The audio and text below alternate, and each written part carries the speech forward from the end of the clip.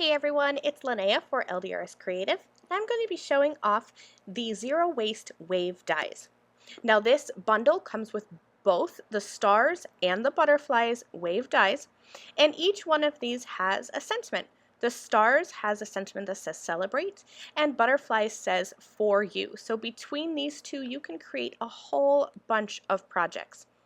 I love these zero waste wave dies because not only do these dies cut into your cardstock without an outer edge, but they can also be used repetitively across your cardstock to create a continuous pattern. Today's card, I'm going to show you how I die cut the stars twice to create a continuous loop, but be sure you visit the LDRS Creative YouTube channel to see how I use the butterflies to create an all-over cover plate look.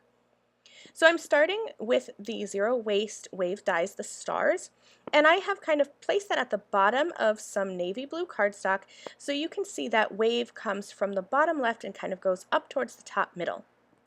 Now these dies are called zero waste because there really is no waste. Not only have I cut a background pattern into my card, but I can save all of these little stars that are left over on my cutting plate for a future project. In fact, I will be using some later on. I've taken that wave star die and I have flipped it 180 degrees, and now I'm going to cut this again, and I'm just kind of measuring to make sure that my pattern is centered top to bottom in my card. So here I have this kind of oval, or almost like an infinity almost, in the center of my card, and that gives me a lot of room to play around and to fix up my background here. I have die cut the celebrate sentiment that goes along with these stars, and I have cut this 3 times out of white cardstock, and I'm going to use some tiny little dots of glue behind my sentiment, and I'm going to stack up these sentiment dies. That is going to give me more like a chipboard element so that this is a sturdier sentiment. Since there's not really a lot of room for foam tape behind, I like to layer them up instead. I've cut a piece of gold cardstock, and this is kind of a gold foil cardstock, and that's going to go right behind my stars panel. So that gold is going to peek out from those stars die cut and give me just a little bit of shine.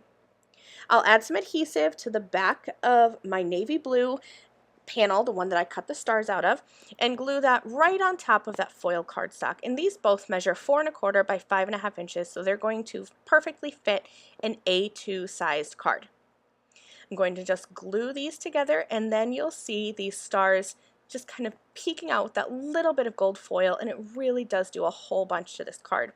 You could put any color cardstock behind here, or even shimmer paper, pattern paper, any kind of specialty paper would really give a real wow statement.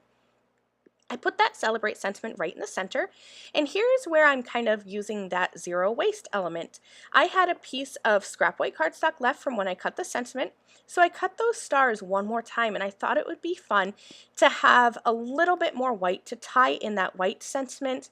This is my finished card. I just added those stars just in a little pattern of 3 to create that visual triangle to the bottom left and top right of my sentiment.